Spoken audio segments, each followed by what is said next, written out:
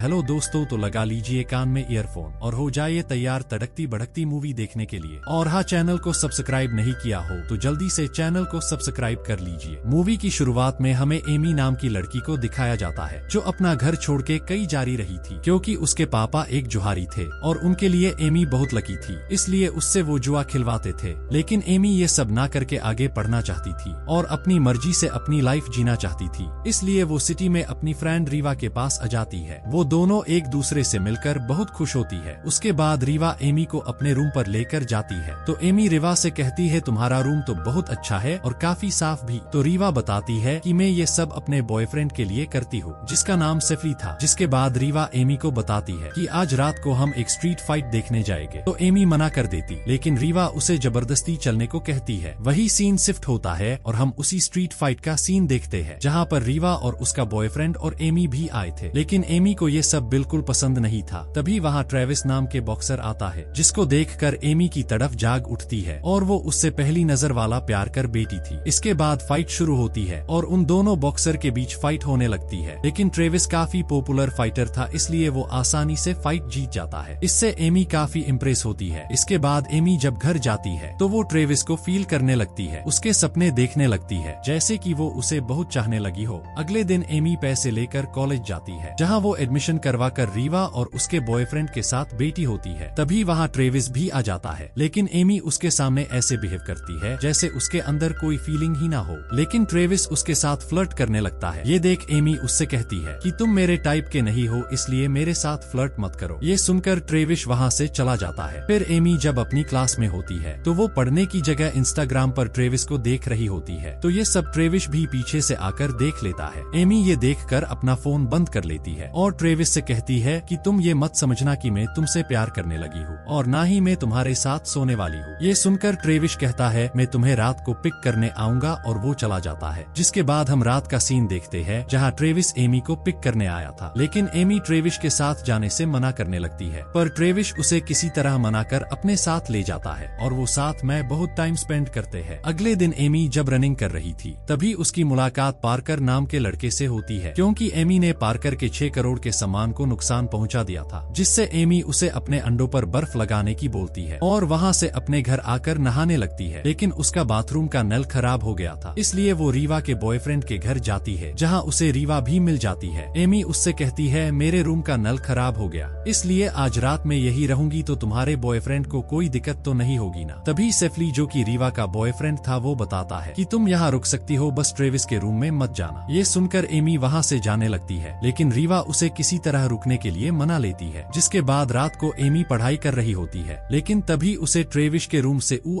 आ की आवाजें आने लगती है। एमी जब देखने जाती है तो ट्रेविस वहाँ किसी लड़की के साथ घपा-घप रहा था। ये देखकर एमी डर कर वापस आ जाती है। जिसके बाद वो लड़की जो ट्रेविस से अपना खाता खुलवा रही थी वो वहाँ से चली जाती है। तो एमी ट्रेविस को देखने जाती है। ट्रेविस पीछे से आकर उसे डरा देता है। जिसके बाद वो दोनों बातें करने लगते हैं। एमी ट्रेविस से कहती है कि तुम सच में बहुत ठरकी इंसान हो, तुम तो हर किसी का खाता खोल देते हो। ये सुनकर ट्रेविस एमी को बताता है कि ये सब तो माइंड रिलैक्सिंग के लिए होता है, अगर तुम चाहो तो तुम भी अपना खाता खुलवा सकती हो। खाते से मतलब आप समझ ही गए होंगे, इतने तो समझदार हो आप सभी। वेल मूवी पर आते हैं। इसके बाद एमी ट्रेविस को थोड़ी गालियां सुनाकर उसके रूम में पढ़ने चली जाती है। जिसके बाद ट्रेविस वहाँ आता है और एमी को सोने की बोलकर नहाने चला जाता है। ट्रेविस जब नहा कर आता है और अपने कपड़े चेंज करने लगता है तो एमी चुपके से उसे देख लेती है, लेकिन ट्रेविस को इससे क्या, और ट्रेविस एमी के पास जाकर सो जाता है। अगली सुबह जब ट्रेविस का हथियार खड़ा होता है, यानी कि सुबह सुबह तो सभी का ही होता है, तो ऐसे ही ट्रेविस का भी खड़ा था। एमी ट्रेविस के हथियार को चूहा समझकर हाथ घुमाने लगती है, लेकिन जब ट्रेविस उसे जगाकर बताता है तो एमी ये देखकर काफी जोर से चिल्लाती है। शोर सुनकर रीवा और उसके बॉयफ्रेंड भी वहाँ आ जाते हैं। तो एमी ट्रेविस को मार रही थी। ट्रेविस बताता है कि इसमें मेरी क्या गलती है, अगर तुम लड़का होती तो तुम्हें पता होता कि ये सबके साथ होता है सुबह के टाइम। इसके बाद एमी वहाँ से अपने कॉलेज के लिए जाती है। तभी उसे रास्ते में पार्कर मिलता है जिसके उसने पहले अंडों को फोड़ा था। एमी पार्कर से उसके अंडों के बारे में पूछती है, लेकिन ठरकी पार्कर एमी को सीधा डिनर के लिए बोल देता है। ट्रेविस भी वही खड़ा था, इसलिए एमी उसे जलाने के लिए पार्कर को हाँ बोल देती है। जिसके बाद एमी अच्छे से तैयार होकर पार्कर के साथ जाती है जहाँ वो डिनर करते हैं। उसके बाद पार्कर एमी से कहता है कि क्यों ना हम दोनों स्टेडियम चलते हैं, वहाँ एक जोरदार फाइट होने वाली है। जिसके बाद वो दोनों स्टेडियम आ जाते हैं। उसी स्टेडियम में हम ट्रेविस को देखते हैं, जहाँ ट्रेविस ही फाइट करने वाला था। सेफली ट्रेविस को फाइट पर फोकस करने को कहता है। वहीं अंदर एमी फाइट देख रही थी। तभी रेफरी वहाँ आकर अनाउंस करता है कि अगली फाइट बरमुंडा और ट्रेविस के बीच होने वाली है। ये सुनकर एमी पार्कर के सामने बाथरूम का बहाना बनाकर बाहर चली जाती है और ट्रेविस के पास जाकर उसे कहती है कि वो फाइटर तुम्हें मार देगा, तुम उससे फाइट मत करो। ये सुनकर ट्रेविस कहता है कि ओह तुम्हें मेरी फिक्र हो रही है। एमी कहती है ऐसा नहीं है। तो ट्रेविस एमी को बोलता है कि चलो एक शर्त लगाते हैं कि अगर उस फाइटर ने मुझे टच भी कर लिया तो मैं 3 महीनों तक किसी लड़की के साथ सेक्स नहीं करूंगा, और अगर मैं उससे जीत गया तो तुम्हें 1 महीने तक मेरे साथ रहना होगा, क्योंकि ट्रेविस खुद एमी का खाता खोलना चाहता था। ट्रेविस की शर्त सुनकर एमी मान जाती है, जिसके बाद फाइट शुरू होती है, लेकिन वो फाइटर ट्रेविस को छू भी नहीं पाता। ये देखकर एमी उस फाइटर से कहती है कि इसका मुंह तोड़ दो, इसको छोड़ना मत। ये सुनकर ट्रेविस खूब मजे करता है और ट्रेविस उस बरमुंडा को हरा देता है और ट्रेविस शर्त जीत जाता है। ये देखकर एमी डर जाती है कि अब तो मेरा खाता खुल के ही रहेगा। तभी वहाँ पार्कर आ जाता है, जिसे कुछ भी समझ नहीं आता। तो एमी पार्कर को कार में ले जाकर उसे शर्त के बारे में सब कुछ बता देती है और एमी पार्कर से गुड नाइट किस मांगती है। पार्कर जब उसे किस करने लगता है तभी वहाँ ट्रेविस आ जाता है। ये देखकर पार्कर डर जाता है और एमी को वहाँ से जाने को कहता है। वही सीन शिफ्ट होता है और हमें एमी को ट्रेविस के साथ दिखाया जाता है, क्योंकि अब एमी को ट्रेविस के साथ 1 महीने तक रहना होगा। एमी ट्रेविस से कहती है कि मेरी बस तुम्हारे साथ रहने की बात हुई है, अगर तुमने मेरा खाता खोलने की सोची तो मैं यहाँ से चली जाऊंगी। ये बोलकर वो सो जाते हैं। अब उनका 1 महीने का सफर शुरू होता है, जहाँ वो धीरे धीरे अच्छे दोस्त बनने लगते हैं और दिन निकलने लगते हैं और 9-10 दिन निकल जाते हैं, जिसके बाद वो धीरे धीरे एक दूसरे के नजदीक आने लगते हैं। थोड़े दिन निकलने के बाद ट्रेविस एमी को अपनी फैमिली से मिलवाने ले जाता है, जहाँ ट्रेविस के भाई और उसके डैड रहते थे, लेकिन ट्रेविस की माँ बचपन में ही उन्हें छोड़कर चली गई थी। जिसके बाद वो सभी साथ में डिनर करते हैं और डिनर करने के बाद वो सभी पोकर खेलने लगते हैं, लेकिन एमी पोकर खेलने से मना कर देती है। जिसके बाद ट्रेविस के भाई एमी को पोकर खेलने के लिए फोर्स करते हैं। तो ट्रेविस बताता है कि मेरे भाई को पोकर में कोई नहीं हरा सकता। ये सुनकर एमी पोकर खेलने के लिए मान जाती है और एमी ट्रेविस के भाई को हरा देती है। तभी ट्रेविस के डैड एमी से पूछते हैं कि तुमने ये गेम कहाँ सीखा। तो एमी बताती है कि मैंने ये गेम वेगस में अपने घर पर सीखा था और ये मुझे मेरे पापा ने सिखाया था। तो ट्रेविस के डैड बताते हैं कि मैंने वेगस में एक मशहूर पोकर के बारे में सुना तो है, लेकिन कभी उसे देखा नहीं। तभी ट्रेविस का भाई सभी को एक आर्टिकल दिखाता है, जिसमें एमी की फोटो थी, जिसमें लिखा था कि लकी 13 कई गायब हो चुकी है। ये देखकर सब समझ जाते हैं कि एमी ही वही लकी 13 है, इसलिए वो सभी एमी का ऑटोग्राफ लेने लगते हैं। उसके बाद ट्रेविस और एमी वापस अपने घर आ जाते हैं और दिन निकलने लगते हैं और 30वें दिन की लास्ट नाइट आ जाती है, जिसके बाद एमी ट्रेविस के साथ नहीं रहेगी। एमी अपने लैपटॉप से किसी माइक नाम के आदमी से बात कर रही होती है, जो एमी से मिलने के लिए कहता है और आई मिस यू भी बोलता है। तो एमी भी मिस यू टू बोल देती है। तभी वहाँ ट्रेविस आ जाता है और वो दोनों आपस में गंदी बातें करने लगते हैं और ट्रेविस एमी के ऊपर चढ़ जाता है और खाता खोलने लगता है, लेकिन एमी उसे नीचे गिरा देती है, जिससे ट्रेविस गुस्सा हो जाता है। साला अच्छा मूड बन रहा था, खराब कर दिया। तो एमी वहाँ से ये बोलकर चली जाती है कि मैं अभी वॉशरूम जाकर आती हूँ, और वो बाथरूम चली जाती है, जहाँ वो रीवा को बुलाकर उसको बताती है कि आज तो ट्रेविस मेरा खाता खोलने ही वाला था, अच्छा हुआ मैं वहाँ से चली आई। उधर ट्रेविस खाता खोलने की तैयारी कर रहा होता है। तभी उसकी नजर एमी के लैपटॉप पर जाती है, जहाँ वो माइक और एमी के मैसेज देख लेता है, जिससे उसको लगता है कि माइक उसका बॉयफ्रेंड है और गुस्सा होकर वहाँ से चला जाता है। उधर एमी भी खाता खुलवाने के लिए ट्रेविस को ढूंढने लगती है, लेकिन ट्रेविस उसे कहीं नहीं मिलता।